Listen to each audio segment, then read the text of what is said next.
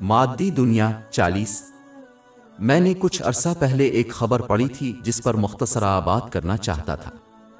اس نے معاشرے اور ثقافت کے مثبت اور منفی اثرات کی اطلاع دی۔ صحیح بخاری نمبر 3294 میں موجود ایک حدیث میں بتایا گیا ہے کہ اسلام کے دوسرے خلیفہ عمر بن خطاب رضی اللہ عنہ نے جو بھی راستہ اختیار کیا، شیطان اس کے خوف سے دوسرا راستہ اختیار کرے گا۔ شیطان کے اس طرح چلنے کی ایک وجہ یہ تھی کہ عمر بن خطاب رضی اللہ عنہ پر اس کا اثر بہت کم تھا۔ شیطان جسمانی طور پر کسی کو گناہ کرنے پر مجبور نہیں کر سکتا، اس کے بجائے وہ سرگوشیوں کے ذریعے انہیں ایسا کرنے کی ترغیب دیتا ہے، لیکن ان کے مؤثر ہونے کے لیے وہ ایک شخص سے کسی قسم کی دنیاوی خواہش کا مالک ہونا چاہتا ہے، پھر وہ اپنی سرگوشیوں کے ذریعے اس دنیاوی خواہش کی نشوونما کی ترغیب دیتا ہے، یہاں تک کہ یہ انسان کو اس پر عمل کرنے پر مجبور کر دیتا ہے اور اس طرح گناہ کا ارتکاب کرتا ہے۔ عمر بن خطاب رضی اللہ عنہ پر شیطان کا اثر کم ہونے کی وجہ یہ تھی کہ اس نے دنیاوی خواہشات کو اپنے دل سے نکال دیا تھا۔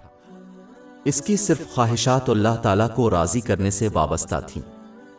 لہذا اگر مسلمان شیطان کے اثر کو کم کرنا چاہتے ہیں تو انہیں اپنے دل سے غیر ضروری خواہشات کو نکال دینا چاہیے۔ یہ تب ہوتا ہے جب کوئی اس مادی دنیا کے اضافی اور غیر ضروری پہلوؤں میں ملوث ہونے سے باز رہے۔ جتنا وہ یہ کریں گے، یہ دنیاوی خواہشات ان کے دل سے اتنی ہی نکل جائیں گی یہاں تک کہ وہ اس مقام پر پہنچ جائیں جہاں وہ اپنے تمام کاموں میں صرف اللہ تعالیٰ کو راضی کرنا چاہتے ہیں۔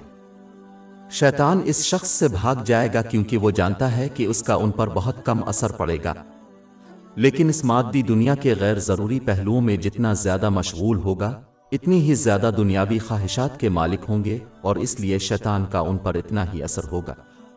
باب 15 الحجر آیات 39-40۔ ابلیس نے کہا کہ میرے رب، کیونکہ تو نے مجھے گمراہی میں ڈالا ہے، اس لیے میں ضرور زمین پر ان کے لیے نافرمانی کو خوشنما بناؤں گا اور ان سب کو گمراہ کروں گا سوائے ان میں سے تیرے مخلص بندوں کے۔ ہماری ویب سائٹ www.sheikhpod.com پر 400 سے زیادہ مفت e books, audio books, infographics, podcast اور بلاگ دستیاب ہے۔